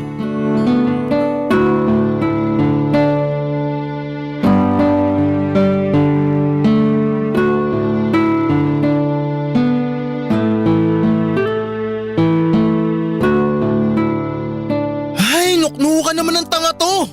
Pabuhat ka na nga, hindi ka pa marunong dumiskarting tatanga-tanga ka. Sino ba kasi nagsabi na pasalihin tong inutil na to sa team namin? Ay, nakakawalang gana! Sweetheart, sino kaaway mo dyan? Wala. Tingnan mo, tanga talaga. Naka-register sa Anli yung katangahan? Bobo. Ay, ano ba yan? Sino ba yung kaaway mo? Nakakagulat ka eh. Bakit ba ang dami mong tanong? Di mo ba nakikita na naglalaro ako? Istorbo ka eh. Ako pa talagang istorbo ay kararating ko lang. Buwisit! Sana kasi tumahimik ka na lang eh. Ang dami mo kasing dada eh. Natalo tuloy kami. Aba, inaano ko yung laro nyo? Tanga na nga yung kakampi ko, putak ka pa ng putak dyan. Nagsanib puwersa yung bunganga mo tsaka yung utak niyang gamunggo. Kaya kami natalo. Importante pa naman yung game na yon. Mali naman yata na sisihin mo ko sa nangyari. Wala naman akong kaalam-alam dyan. Sabi ko nga kararating ko lang galing sa labas eh. Lumabas ka? Saan ka galing? Anong saan ako galing? Huwag mong sagutin ng tanong yung tanong. Uulitin ko ha. Saan ka nang galing? Ay, kita mo tong taong to. Napaka-sarkastiko mo ha. Sagutin mo na lang kasi yung tanong ko. Saan ka nang galing? Anong ginawa mo sa labas? Bumili ako ng ulam natin. Magtatanghali na kaya tapos wala akong maluto dyan sa kusina. Kaya naisipan ko lumabas na lang. Lumabas ka pala tapos di ka man lang nagsabi. Nagpasabay sana ako sa'yo ng soft drinks. Nagsabi ako no. Tumango ko pa nga eh. Pero hindi mo ko tiningnan kasi kulang na lang dumikit na yung mata mo dyan sa cellphone mo. Tsaka napakahilig mo sa soft drink. Matakot ka nga. Baka magkasakit ka sa kakainom mo dyan. Pati ba naman yung pag-inom ko nun sinisita mo? Hindi ko sinisita no. Pero napansin ko lang naman. Kaya pinagsasabihan kita. Uy, security guard ka ba? Di mo kailangan bantayan yung pag-inom ko ng soft drinks ha. Huwag kang ang ano. Ikaw ang wag ano. Masyado ka. Bahala ka na nga kung gusto mong mapaaga pagdadialysis mo. Buti pa, kakain na lang ako kaysa kausapin ka. Kanina pa kumakalam tong tiyan ko. Ay teka sandali. Ano na naman ba yun? Bakit ikaw lang yung kakain? Di mo ba ako yayayain? Nagugutom na rin ako. Wow, nagugutom ka rin pala? Akala ko kasi hindi eh. Dahil mas prioridad mo pa yung paglalaro mo. Pangit mo rin kausap eh no? Para kang tanga. Ikaw yung parang tanga dyan. Mapagpatol ka rin at madaldal. Daig mo pa yung mga babae sa dami ng sinasabi mo. Malamang gagamitin ko yung bibig ko para sabihin lahat ng mga pangit na napupuna ko sa'yo. So, hindi ka naman perfect. Kaya tigil-tigilan mo yung pagiging intrimitida mo. Anong sinabi mo? Sa labas, mamayang 3:30 may parada ng mga bingi. Pwede kang sumali. Para kang ewan. Ano ba yung binili mong ulam? Aha? Ito ba? Sinigang na baboy. Nananadya ka ba? Alam mo naman di ako kumakain ng baboy, di ba? Hala, sorry. Nakalimutan ko. Anong ulamin ko kung yan lang binili mo? Hindi ko alam. Wala nang kahit na ano dyan sa kusina natin kasi hindi pa tayo nakakapag-grocery. Siguro umorder ka na lang muna ng gusto mong kainin. Ayoko. Nagtitipid nga ako tapos pa-orderin mo ako. Kita mong mahal ng mga pagkain online. Madalas talaga may pagkasintu-sintu ka eh, no? Kasalanan mo to. Paano naging kasalanan ko? Kasalanan mo kasi makakalimutin ka. Tsaka bakit parang wala kang gagawin para ayusin yung problema? Bumili ka ng ulam ko. Ano? Panonoorin lang kitang kumain? Lumabas ka na ron! Bilisan mo!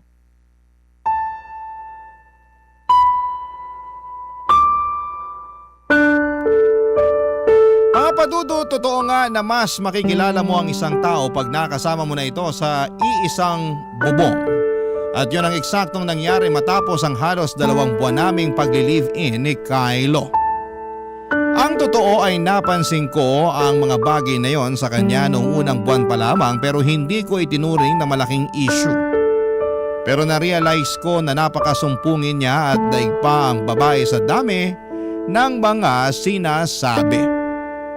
Bukod doon ay napakakalat pa niya sa bahay. Akala ko ay normal lang sa isang lalaki na walang masyadong alam sa mga gawaing bahay pero napansin kong sumusobra na si Kylo at mas umiiraw sa kanya ang katamaran. Feeling niya siguro ay nakakuha siya ng instant kasambahay noong nag-live-in na kami. Kaya nga hindi na ako nakapagpigil ng damdamin. Nang mga panahon yon lalo at gutom ako at may dinaramdam din. Hindi ko rin nagustuhan ang mga sinabi sa akin ng boyfriend ko at masyado naman siyang insensitive. Naanimoy hindi ako nasaktan sa mga sinabi niya. Hindi naman sa pagiging balat sibuyas, Papa Dudod, pero naggalit talaga ako sa kanya at nagtampo ng husto. At hindi ko siya inimik buong maghapon hanggang kinabukasan. Barangay Love Stories. Barangay Love Stories. Papadudot, nagkabati rin naman po kami ni Kylo at walang nagsorry sa amin. Basta na lamang kaming nag-uusap at kinalimutan na lamang namin ang pinag-awayan naming dalawa. Narealize ko rin naman na ayoko nang palakihin ang issue, pero aminado akong may tampo pa rin sa kinakasama ko. Kasi mukhang wala siyang pakialam sa feelings ko. Bukod kasi sa mga bagay na napansin ko sa kanya sa 2 buwan naming pagsasama, ay marami pa akong nadiskubre sa ugali niya. Pero ang malaking issue talaga doon ay ang pagiging sumpungin ni Kylo, Papadudot. Kahalintulad yon ng mga babae kapag tinotoyo o tinotopak, mas malala lang pala kapag sa mga kalalakihan nangyayari dahil sobra sila kung magtampo. Kapag nag-aaway kami ni Kylo ay ako ang pirming sumusuyo sa kanya. Bagay na kinapaguran ko ng gawin habang tumatagal. Pero dahil desidido ako, Papadudot, na maging okay kami, ay ginawa ko ang lahat ng pag-a-adjust na pwede kong gawin sa aming relasyon. At pilit kong ibinalik ang tamis ng aming pag-ibig. Isa na nga doon ay noong niyaya ko siyang mag-dinner date katulad noong mga panahong nililigawan pa lamang niya ako. Nagpunta kami sa isang kabubukas pa lamang na food park na pareho naming nakita online at pinapangarap na puntahan.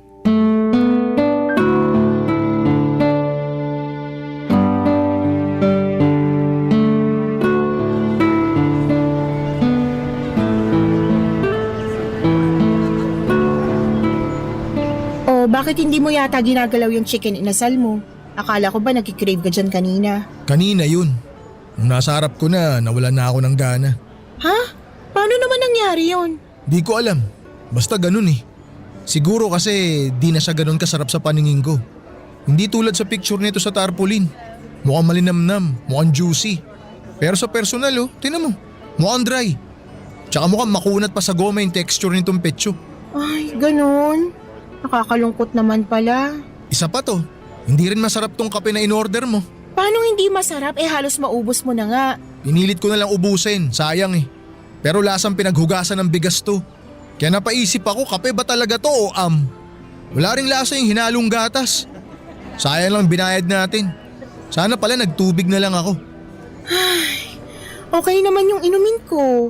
Pati yung pagkain ko ayos naman. Hindi kasing sarap sa mga kinakainan nating restaurant pero pwede na. Tsaka hindi na rin naman masama. So ano? Sinasabi mo na sinungaling ako? Kylo naman. Kylo naman. Ubusin mo na lang yung mga in-order mo. Hindi yung nag-iinarte ka pa dyan. Sinasaway lang kita kasi pinagtitinginan na tayo ng mga tao. Huwag ka na rin magtaas ng boses dahil naririnig kita. Magkaharap lang tayo na nag-uusap, di ba? Oo nga, magkaharap tayo.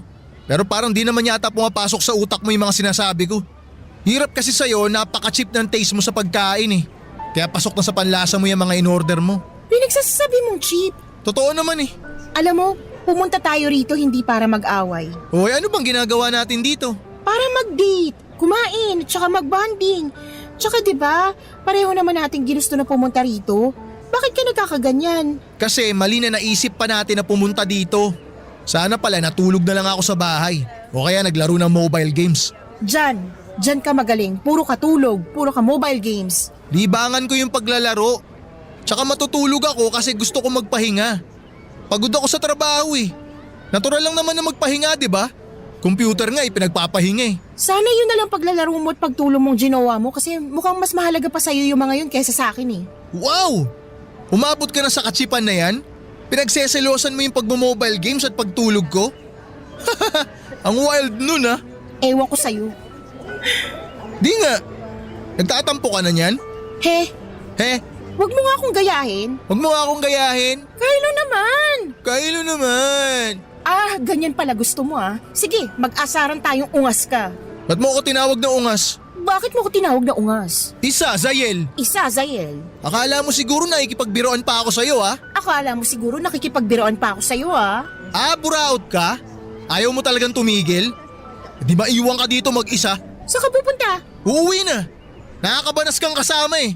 Baka mamaya ano pang magawa ko dahil sa pagkairita ko sa'yo. Ikaw kaya yung nauna. Wala kang pake. Uuwi na ako. Huwag mo akong susundan ha. Enjoyin mo yung mga kinakain mo dyan. Magpakasaya ka sa cheap na food park na to. Pwe! Kylo, sandali! Kylo! Huwag mo naman ako iwan dito. Please lang oh. Kylo! Papadudot ni sa hinagap ay hindi ko naisip na magagawa akong iwanan ni Kylo sa food park kung saan kami nagde-date ng gabing yon. Akala ko pa nga ay babalikan niya ako pero hindi na talaga. Umuwi ako mag-isa sa inuupahan namin at nadatnang ko siyang humihilik habang tulog na tulog sa aming kama. Naiyak na lamang ako kasi hinayaan niya ako na umuwi ng mag-isa nang dahil lamang sa pagtatalo naming yon. Hindi ko siya tinabihan sa higaan, sa halip ay sa sofa ako natulog. At kinabukasan ay hindi kami nagpansin ng dalawa. Buti na lamang at Sabado yon wala kaming pasok sa opisina at dahil mukhang walang balak na naman na mag-sorry sa akin si Kylo o makipag-usap man lang, ay nasakal na ako sa kanyang presensya. Doon ako nag-decide na umalis sa inuupahan namin para pumunta kina ate sa Binangonan, Rizal. Kinuwento ko sa kapatid ko ang lahat-lahat ng nangyari sa amin ng boyfriend ko, Papa Dudut.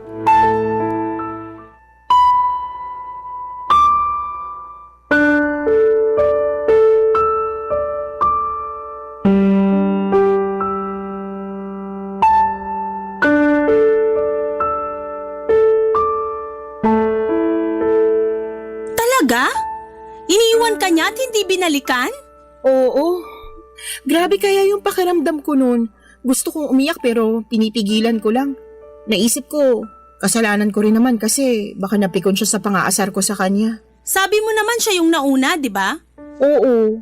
Bigla ka na lang niyang ginaya ka mo no nagsasalita ka. Tama. Tapos naisip kong asarin din siya kaso biglang napikon. Para siyang tanga. Ate naman. Totoo naman eh. Saka ikaw din. Slightly para kang tanga kasi patulan ba naman yung jowang sumpungin? Ayan tuloy. Ay. Pero maling-mali pa rin na iniwang ka niya. Kasi paano na lang kung napahamak ka? Paano kung may nakasalubong kang snatcher, murderer, saka rapist? Paano kung nakidnap ka? Naku! Ay, kalmahan mo lang. Ligtas naman ako nakauwi sa inuupahan namin eh. Buti na lang. Kasi kung hindi, tutuhugin ko talaga sa kawayan niyang Kylo na yan at iihawin ng buhay. Grabe! Nakakagigil yung ginawa niya sa'yo. Akala ko pa naman mature na yung lalaking yan pero mukhang nagkamali ako. Okay naman siya pero may times lang talaga na ganun yung ugali niya eh. Alin? Yung sarcastic, sumpungin, toyoin, topakin? Oo, tapos mapang-asar pero pag binalik sa kanya yung ginagawa niya eh mabilis mapikon. May sayad na talaga. Ano siya? Man-child? Daig niya pa mga anak ko ah. Tapos akala mo kung sinong babaeng nireregla kung topakin? Nakakayamot. Yun nga yata yung tamang tawag doon, man-child. Malas mo naman kung ganun. Akala ko kasi nakahanap ka na ng mature na lalaki. Yun pala hindi. Hindi nga yata magandang idea na makipagrelasyon sa mga mas bata sa'yo, lalo na sa mga lalaki. Ano naman kinalaman nung edad na yun sa kung paano siya umasta? Naisip ko lang naman. Hindi yun totoo. Kasi hindi na rin naman bata yang si Kylo. 30 na siya, di ba? Oo. Kita mo na? Nasa pag-uugali niya talaga ang problema kasi kahit na madagdagan pa yung edad niya, kung immature talaga siya, eh hindi na yun magbabago. Marami dyan na mas bata pa sa kanya pero mature na mag-isip at kumilos. Ewan ko na lang kung ano nangyari dyan sa boyfriend mo. Tulog yata nung nagsabog ang langit ng pagiging mature. Masyado na siyang napag-iwanan. Kaya nga nalulungkot ako eh. Kasi hindi ko akalain na aabot kami sa ganito. Nakakalungkot nga. Pero cheer up. Hindi ka pa naman nakatali sa kanya. Kung ayaw mo pala ng ganyang ugali, pwede mo pa siyang hiwalayan anytime. Yan yung sinasabi ko sa'yo na kagandahan ng pakikipag-live-in. Mas makikilala mo yung ugali ng tao, kung paano siya kumilos at manalita, tapos sa'yo kung kaya mong tanggapin at pakisamahan. Pero lagi kang may choice na umalis at iwanan yung relasyon nyo. Paano ko gagawin yun? Eh mahal ko si Kylo. Eh ikaw ba mahal niya? Mahal naman niya siguro ako. Ay di kung ganun magsama kayo. Huwag mo nang pakawalan kasi baka mapunta pa sa iba. Ate naman eh. Pero seryoso, wala naman ako magagawa kung magsistay ka sa relasyon nyo eh. Ikaw naman yan, hindi ako. Pero sana kung ano man ang mangyari sa mga susunod na araw, hindi ka magsisi. Sa bagay, baka nga dun ka mas matuto, kaya bahala ka na kung paano mo yan didiskartehan. Sa tono mo, para kang sumuko na sa pagpapayo sa akin ha. Hindi naman. Pero alam ko na ikaw pa rin na magdedesisyon yan. Ayoko naman maging kontrabida sa relasyon nyo. Saka baka totoong nagmamahalan nga kayo pero masyado lang napapangibabawan ng pagiging immature ng jowa mo. Sana magbago pa siya. Subukan mo kayong ipaalbularyo. Ipatawas mo, baka kasi nabalis ang engkanto.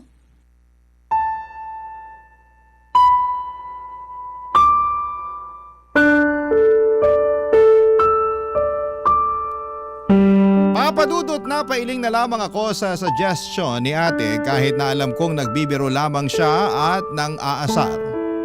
Pero may punto naman siya sa sinabi niyang desisyon ko pa rin ang masusunod. Totoo rin naman na mahal ko pa rin si Kylo at ayoko na yun lang ang maging rason kung bakit ko siya hihiwalayan. Kaya lang ay nasa isip ko pa rin yung pang-iiwan niya sa akin noon. At yung takot ng ate ko na posible akong napahamak. Buti na lang at ligtas pa rin akong nakauwi sa inuupahan namin. Marami po akong what if sa relasyon namin ni Kylo. What if ulitin niya yung ginawa niyang yon at sa mas malalayong lugar na niya ako iwanan. What if magkasakitan na kami kasi masyado siyang mapagpatol at marami pang iba. Nagwo-worry ako para sa kaligtasan ko sa aming relasyon at sa kinabukasan namin bilang magkasintahan. Napapaisip ako kung magbabago pa ba si Kylo o ako na lang talaga ang mag-a-adjust sa amin. Sana po ay matulungan ako ng mga kabarangay kung ano ang dapat kong gawin. Hanggang dito na lamang po ang sulat ko, Papa Dudut. Maraming salamat sakaling mapili po ninyong i-ere sa Barangay Love Stories. Sana po'y mapayuhan ako ng mga kabarangay natin. Malaking bagay kasi yon para sa tulad kong nalilito ang puso. God bless and more power sa inyong istasyon. Ang inyong forever kapuso at kabarangay, Zayel. Nalilito pa rin sa life ang ating kabarangay. Ano kaya ang maipapayo mo sa kanya? Ibahagi mo yan sa ating comment section para mabasa rin niya. Barangay LS 97.1